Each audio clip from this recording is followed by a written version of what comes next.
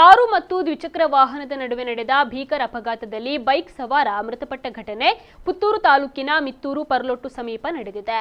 ಮೃತರನ್ನ ಕಲ್ಲೇಗ ಜುಮಾ ಮಸೀದಿ ಜಮಾತ್ಗೆ ಒಳಪಟ್ಟ ಮುರ ನಿವಾಸಿ ನೆಹರು ನಗರದ ರೆಕ್ಸಾ ಶಾಪ್ನಲ್ಲಿ ಉದ್ಯೋಗಿಯಾಗಿದ್ದ ಮರ್ಹೂಮ್ ರಜಾಕ್ ಸಾಹೇಬ್ ಅವರ ಪುತ್ರ ಹಾಗೂ ಇರ್ಷಾದ್ ಅವರ ಸಹೋದರ ಹರ್ಷದ್ ಎಂದು ಗುರುತಿಸಲಾಗಿದೆ.